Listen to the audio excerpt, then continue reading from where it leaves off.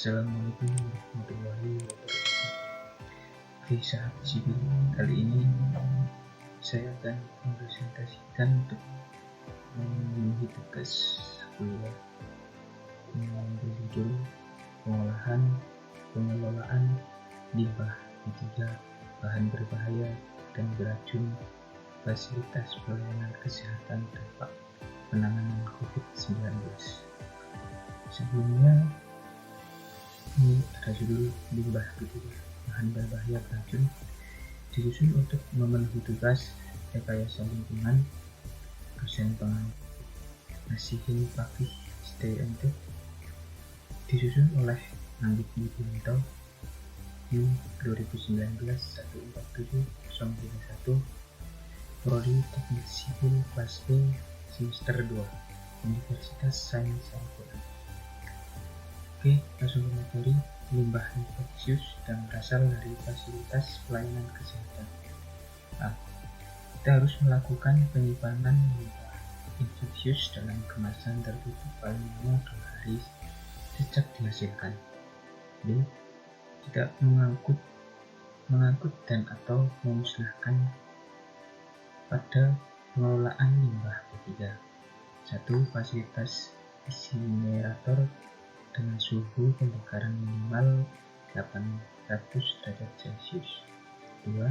Autoclave yang dilengkapi dengan pencacah. C. Residu hasil pembakaran atau cacahan hasil autoclave dikemas dan dilekati simbol racun. Dan label limbah B3 yang selanjutnya disimpan di tempat penyimpanan sementara limbah B3. Untuk selanjutnya diserahkan kepada pengelola limbah B3. Selanjutnya, limbah infeksius yang berasal dari ODP yang berasal dari rumah tangga. Kita harus mengumpulkan limbah infeksius berupa limbah APD antara lain berupa masker, sarung tangan, dan baju pelindung diri. B. Mengemas tersendiri dengan menggunakan wadah tertutup. C. Mengangkut dan memusnahkan pada pengelolaan limbah B3. D. Menyampaikan informasi kepada masyarakat tentang pengelolaan limbah. Informasi yang bersumber dari masyarakat sebagai berikut. 1. Limbah APD. 2. Petugas dari dinas yang bertanggung jawab di bidang lingkungan hidup. Pengelolaan sampah rumah tangga dan sampah sejenis rumah tangga. Seluruh petugas pembersih atau pengangkut sampah wajib dilengkapi dengan APD khususnya masker, sarung tangan, dan safety shower yang setiap hari harus disucikan. Dalam upaya mengurangi timbulan sampah masker, maka kepada masyarakat yang sehat dihimbau untuk menggunakan masker guna ulang yang dapat dicuci setiap hari. C. Kepada masyarakat yang sehat dan menggunakan masker sekali pakai, diharuskan untuk merobek, memotong atau menggunting masker tersebut dan dikemas rapi sebelum dibuang ke tempat sampah untuk menghindari penyalahgunaan. Dan D. Pemerintah daerah menyiapkan tempat sampah atau drop-off khusus masker di ruang publik. Oke, kita lanjut. Surat Menteri LHK ke Kepala BNPB. Penekanan kepada perusahaan limbah B3 medis dapat dilakukan oleh jasa pengelola limbah B3 dan rumah sakit yang memiliki insinerator. Oke, kita lanjut. Surat Dirjen PSL B3 ini kepada jasa pengolah limbah B3 dan jasa pengangkut limbah B3. Ini suratnya. Ini surat Direktur Jenderal Pengolahan Sampah, Limbah dan Bahan Beracun Berbahaya. Pengelolaan limbah B3 medis padat terkontaminasi COVID-19. Prosedur 1. Sebelum melakukan penanganan limbah, petugas melakukan kebersihan tangan dan wajib menggunakan alat pelindung diri lengkap, masker, sarung tangan seperti sepatu boot, apron, kacamata pelindung, dan penutup kepala. 2. Limbah B3 medis dimasukkan ke dalam wadah atau tempat sampah yang dilapisi kantong plastik warna kuning.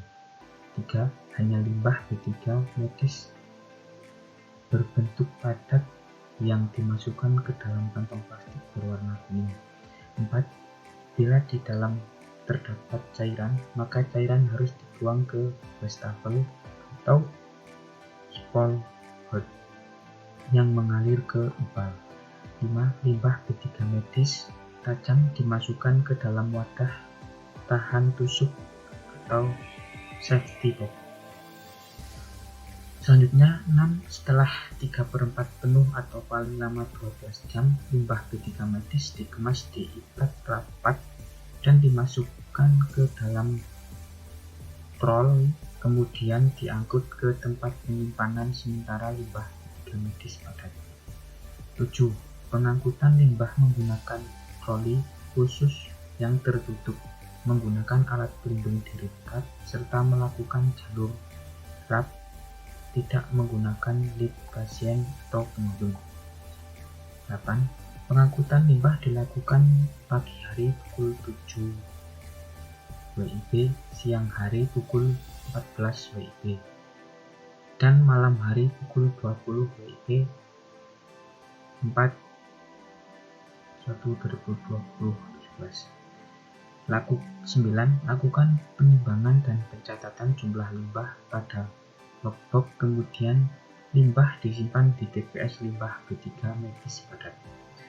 10. Lakukan desinfeksi pada troli pengangkutan limbah dengan cara disemprotkan desinfektan seperti klorin 0,5%. 11. Lepaskan dan buang APD ke dalam plastik berwarna kuning. Lakukan kebersihan tangan. 12. Melakukan desinfeksi dengan desinfektan kalori 0,5% pada TPS limbah B3 medis padat secara menyeluruh minimal 1 kali sehari. 13. Pemusnahan limbah B3 medis padat dilakukan menggunakan generator dengan suhu pembakaran 800 derajat Celcius sampai 1200 derajat Celcius setiap hari sekali. 14. Proses pembakaran limbah berlangsung selama 3 jam dengan volume limbah 200 kg. 14. Residu ingenerator dikemas dalam wadah yang kuat, ditimbang dan dicatat volume residu dalam logbook. 15. Residu ingenerator disimpan di TPS LB3 atau limbah B3, maksimal penyimpanan